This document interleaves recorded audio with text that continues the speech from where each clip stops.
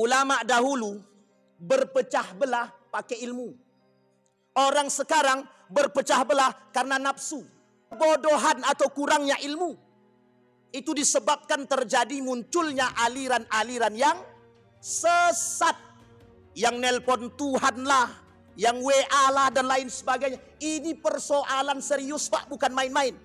Bayangkan yang begitu saja punya banyak pengikutnya.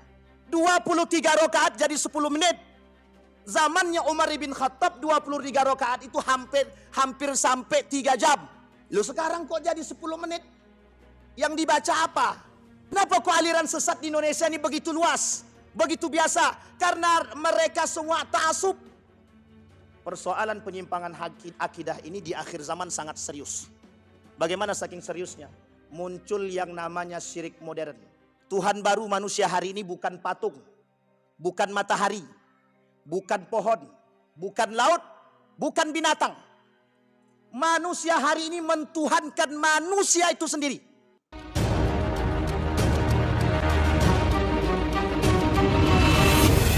Assalamualaikum warahmatullahi wabarakatuh.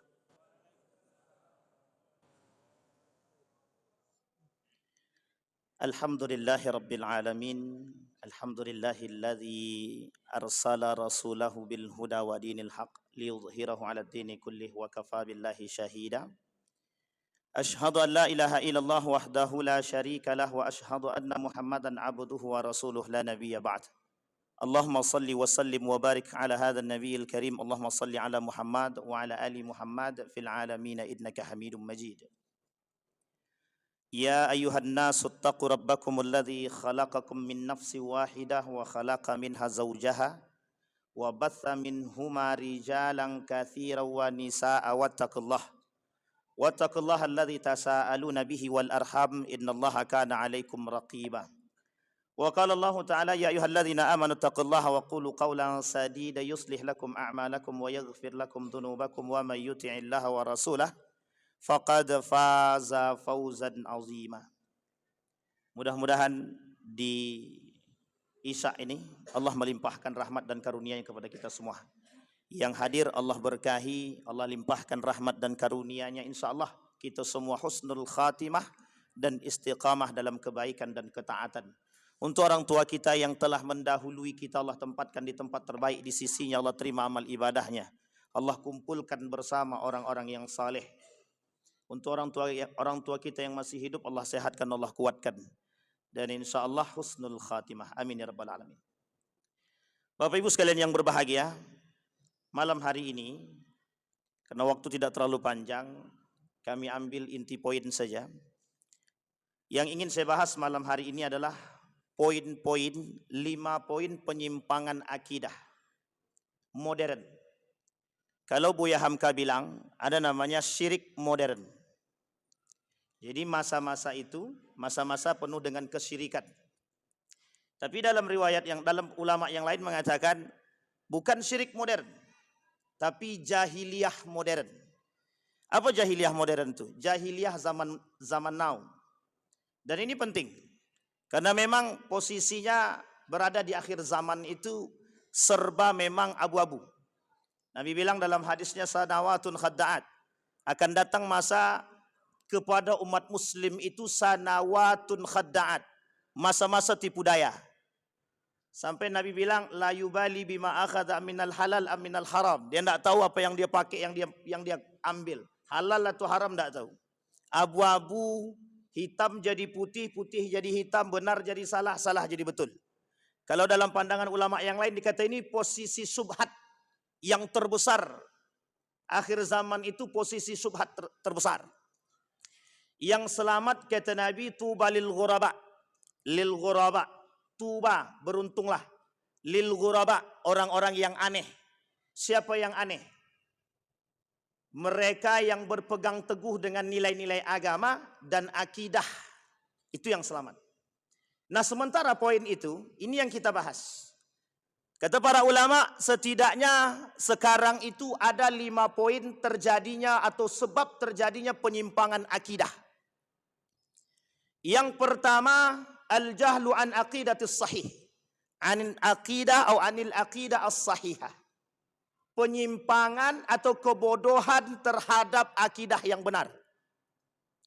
Poin ini luas, sangat luas sekali. Persoalan akidah semenjak runtuhnya Turki Utsmani sampai hari ini itu persoalan utama. Jadi persoalan agama ini tidak bisa dihindari dari persoalan kehidupan, tidak bisa. Kata guru kami Said Naqib Alatas, perlu adanya Islamic worldview, cara pandang hidup yang Islami, yang kembali kepada posisi dari awal, kembali kepada Al-Quran dan Sunnah dalam pandangan para ulama salafus saleh, para ulama-ulama terdahulu dalam memandang. Penting akidah yang benar, bukan akidah yang rusak. Karena syubhat itu kelak di akhir zaman kata Nabi terbanyak. Di akhir zaman isi dunia cuma dua. Satu kafir, yang kedua munafik. Orang munafik ini berada di antara umat muslim. Musuh terberatnya umat muslim itu kaum munafik. Yang membuat syubhat, yang membuat rusak akidah itu kaum munafik. Maka yang pertama kata para ulama poinnya, penyimpangan akidah itu kurang pahamnya atau bodohnya terhadap akidah yang benar. Sekarang kita garis bawahi. Nah terus bagaimana, apa akidah yang benar itu seperti apa? Kalau kita belajar akidah yang diajarkan oleh para ulama, lihat karakter ulamanya seperti apa ulamanya, baik akhlaknya, tinggi ilmunya, tutur bahasanya baik, insya Allah yang disampaikannya mesti jujur. Karena kata Nabi di akhir zaman itu dari riwayat Huzaifah itu kelak yang menyesatkan itu bukan orang kafir. Tapi yang menyesatkan justru du'atun ila abwabi jahannam gitu. Muncul di tengah umat muslim itu orang-orang alim tapi mengajak ke neraka jahannam. Wah ini muskilah kalau ngajak ke neraka jahannam. Allah sebut dalam Al-Quran itu sederhana. Kata Allah, wa minan nasi may yu'jibuka qawluhu fil hayatid dunya. Kelak di antara kalian itu ada orang yang pintar, cerdas, tapi mengantarkan kepada neraka jahanam. Kita takjub dengan perkataan dia, tapi lisan dia mampu membuat orang terseleweng dari akidah yang benar. Kita ambil contoh. Ini contoh paling sederhana. Kaum liberal merusak kita dari dua hal. Bahasa, budaya. Bahasa ini kata para ulama masuk dalam kategori budaya. Lihat bahasa yang paling sederhana yang merusak akidah. Kalau sakit kita, wajib atau tak wajib minum obat? Bapak Ibu, wajib apa tidak minum obat? Oh, ragu-ragu. Ini yakin apa tak yakin dengan obat nih? Ibu-ibu atau bapak ibu sekalian, kalau kita mau sembuh harus minum obat atau tidak? Yang menyembuhkan itu obat atau yang lain? Yang lain. Yang lain ini siapa Pak? Apa kata orang tua kita? Kalau kau tak minum obat tak akan sembuh. Kalau kau tak belajar tak akan pintar. Ini perusak akidah. Sangat merusak bahasa yang sederhana. Wasilahnya belajar betul, tapi yang mencerdaskan bukan manusia, bukan belajar. Wattaqullaha wa yu'allimukumullah. Bertakwalah kalian, Allah cerdaskan. Naja itu memiliki kelemahan dari berbagai macam aspek, tapi daya ingatnya kepada Al-Quran jauh. Siapa yang memintarkan? Siapa yang mencerdaskan? Allah. Ada orang belajar mati-matian, bodoh tetap bodoh. Tidak pinter-pinter dia. Ada orang yang tak belajar, dengan mendengarkan orang belajar, dialog yang lebih pintar daripada yang belajar itu lagi. Nah, ini saya menyaksikan langsung itu. Kami waktu di pondok itu belajar dengan suara yang keras. Saya tak bisa pakai suara kecil. Kawan saya tidur dekat saya. Lebih hafal dia apa yang saya baca daripada dia sendiri. Nah, ini muskilah nih Pak. Orang-orang seperti ini. Cerdik buruk. Dia cuma dengarkan. Ada orang yang belajar mati-matian. Tetap aja tidak pintar-pintar. Ada. Semua tergantung kepada kedekatan kepada Allah. Ada orang yang tidak minum obat tapi sembuh. Ada. Dan ini cerita nyata. Seorang ulama, penulis kitab Api Tauhid, Habibur Rahman El-Sirazi, mengulas dalam novelnya itu tentang seorang pemuda yang hafal Quran, sembuh cacat kakinya hanya karena kuasa ilahi mestinya. Tapi dengan doa dan sholat malamnya serta dengan hafalan Qurannya. Apa kata dia?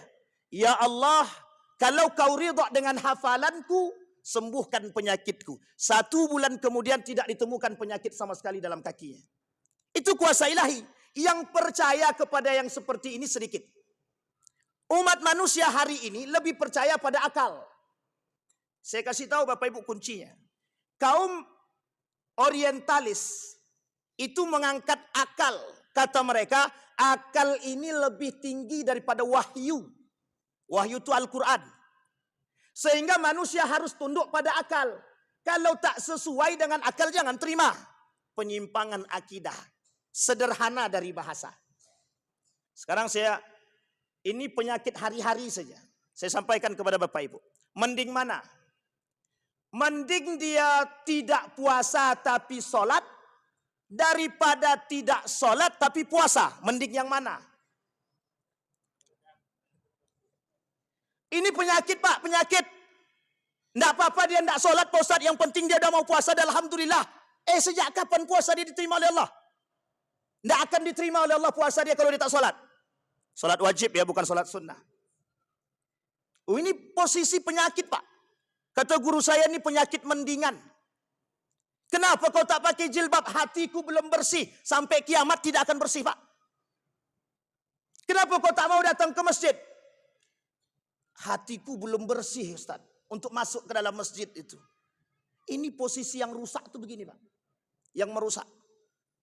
Dan diikuti oleh akal manusia. Oh iya ya. Ini yang paling sederhana Pak. Yang ada di hari-hari kita. Sehingga manusia mati-matian belajar. Dari pagi sampai malam belajar untuk mencerdaskan. Lupa sholat. Dia harap dengan kecerdasan yang dia ampuh. Dia mampu mendapatkan kebahagiaan. Berapa banyak manusia yang punya kecerdasan. Albert Einstein.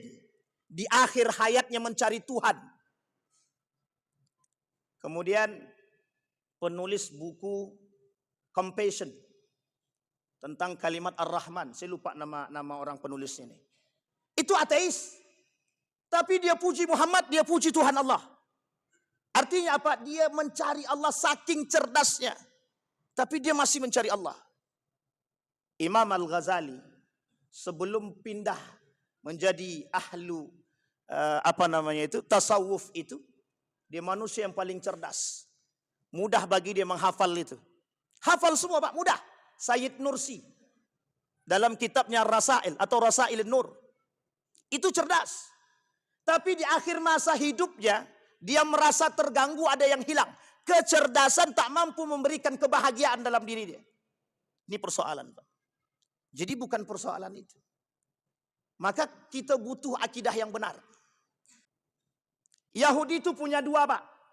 Punya 2 program. Dan proyek Yahudi ini besar. Bapak sampaikan kemana-mana. Proyek Yahudi itu cuma 2. Pemusnahan atau pemunahan. Yang kedua penguasaan. Jadi kita ini oleh Yahudi mau dipunahkan. Semakin sedikit manusia di muka bumi ini. Karena kelak di akhir zaman kata Nabi, perangnya umat muslim bukan dengan Nasrani. Bukan dengan Buddha, bukan dengan Hindu. Bukan dengan Kongfucu. Dengan Yahudi. Semua persoalan itu Yahudi semua punya. Ini yang masih pakai produk Israel cepat-cepat tobat. Kalau enggak labelnya munafik itu. Yang masih pegang produk-produk yang masih pakai produk-produk Yahudi dan Israel, cepat-cepat tinggalkan. Tidak ada produk yang lain Pak Ustaz, banyak. Tak sejalan dengan badan kami, lebih baik gatal daripada tidak sama sekali. Nanti pertanggungjawaban di akhirat berat. Ini penyimpangan akidah. Yang pertama. Yang kedua, ini baru nomor 1, udah mau habis saja waktunya nih. Yang kedua, penyimpangan akidah yang kedua, sebab penyimpangan akidah yang kedua, ta'asub, fanatik. Fanatik di sini bukan fanatik golongan, bukan fanatik agama, tapi fanatik golongan. Rela berkelahi antara satu dengan yang lain karena fanatisme golongan. Itu fanatisme golongan. Allah sebut la taghlu fi dinikum. Jangan berlebihan dalam urusan agama kalian. Meskipun ini ada kaitannya dengan Bani Israel. Tapi oleh para ulama dijelaskan Wahbah Zuhaili dalam tafsirnya Al-Munir. Kata Wahbah Zuhaili bukan hanya sekedar Bani Israel. Penyebabnya adalah juga itu. Banyak orang yang ta'asub terhadap agama yang berlebihan. Ta'asubiyah tanpa ilmu.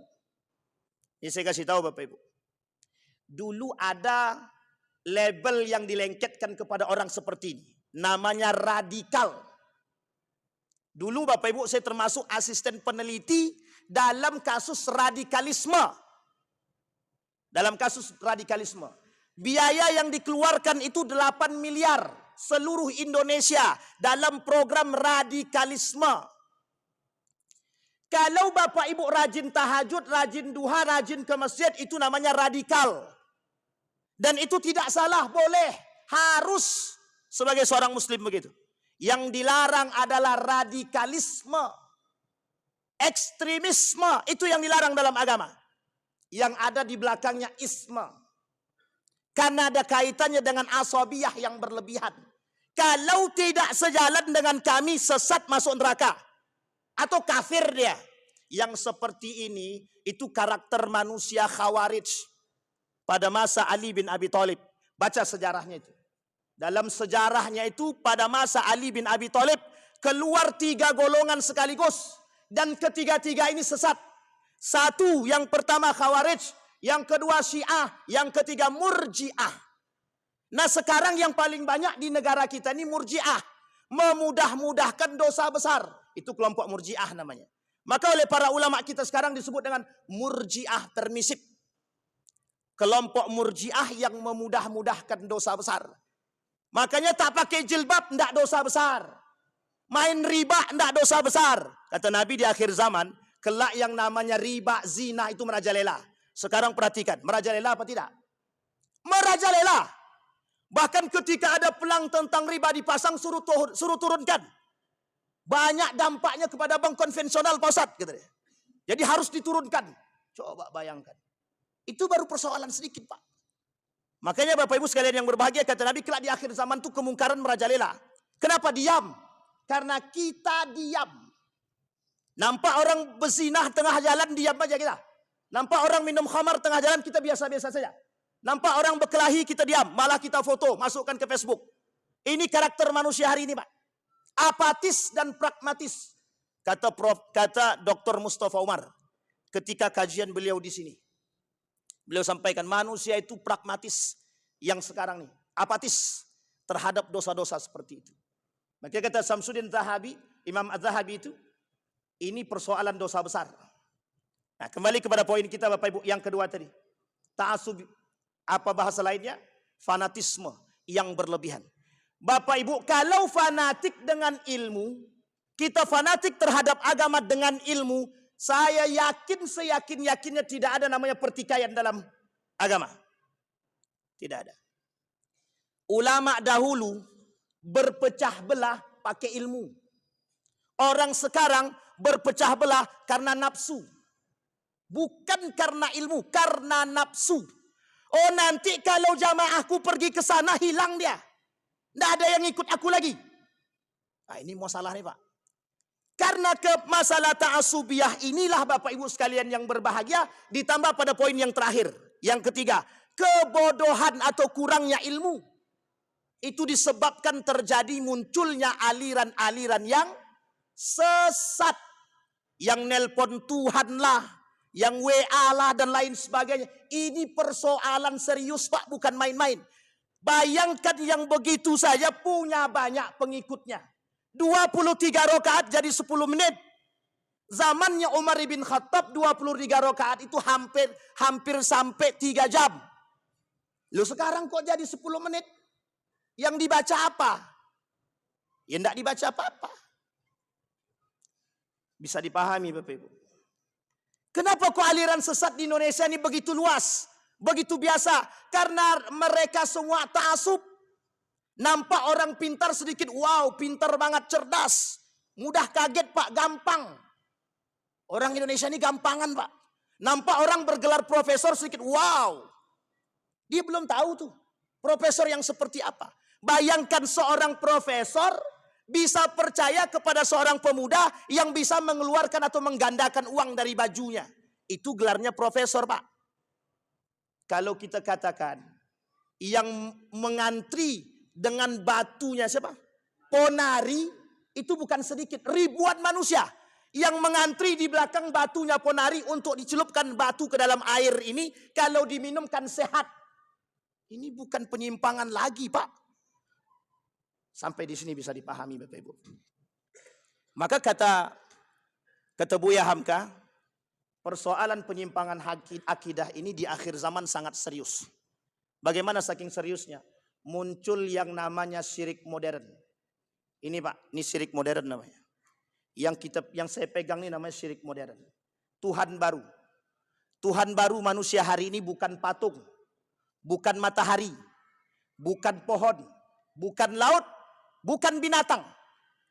Manusia hari ini mentuhankan manusia itu sendiri. Si anu itu punya kekuasaan, aku harus datang kepada dia. Kalau bukan karena dia tidak ada yang mampu membantu aku. Hilang Tuhannya di situ, Pak. Hilang Allahnya, Pak. Tidak ada lagi Allah di situ. Manusia punya masalah langsung datang kepada manusia, bukan datang kepada Allah. Datang kepada manusia. Itu yang pertama. Yang kedua, Tuhannya, alat komunikasi. Kalau tidak ada internet hari ini, stres anak muda kita sekarang, Pak. Stres. Aku tak punya itu. Ya Allah ya Rabb. Yang ketiga. Ini kalau panjang-panjang mati kena marah kita nih. Yang terakhir, Pak. Yang terakhir. Yang ketiga. Itu duit. Duit. Kata Imam Al-Ghazali, yang membuat manusia berharga dan terhormat di akhir zaman. Kata Imam Al-Ghazali, itu duit. Bukan iman. Jadi siapapun yang bisa memiliki duit banyak, mau muslim dia atau tak muslim dia, itu akan menjadi terhormat. Bayangkan Pak, non muslim masuk masjid bawa duit bisa dicium tangannya Pak. Sama pimpinan, sama orang-orang berpeci Pak. Itu non muslim. Bagaimana kalau muslim yang tak punya duit? Tidak dipandang. Makanya guru ngaji tak dipandang orang Pak. Guru ngaji tak dipandang orang hari ini. Padahal yang mengajarkan fondasi kelak di akhirat. Pertanggungjawabannya di akhirat. Tapi orang yang datang bawa duit dicium tangannya Pak. Maka kata Imam Al-Ghazali, innad darahima taksuri jalan mahabatan wa majalasah. Orang yang punya duit hari ini menjadi manusia spesial di hadapan manusia. Kecuali illa man rahima rabbi, kata Allah. Kecuali orang yang memang oleh Allah dijaga iman dan hatinya. Kesimpulan dari apa yang saya sampaikan. Pertahankan akidah, jadilah manusia yang aneh di akhir zaman yang tetap berpegang teguh dengan itu. Meskipun di tengah kita manusia tidak berpegang teguh dengan hal demikian. Karena kata Dr. Mustafa Umar, kelak semua itu tinggal pilih. Mau pilih golongan yang sedikit atau yang besar. Yang besar ini munafik dan kafir, yang kecil ini kelompok yang beriman. Tinggal kita sendiri yang memilih. Perkuat iman, teguhkan akidah, insya Allah kita semua termasuk dalam golongan orang-orang yang selamat. Fa'tabiru ya ulil absar la'allakum tuflihun. Assalamualaikum warahmatullahi wabarakatuh.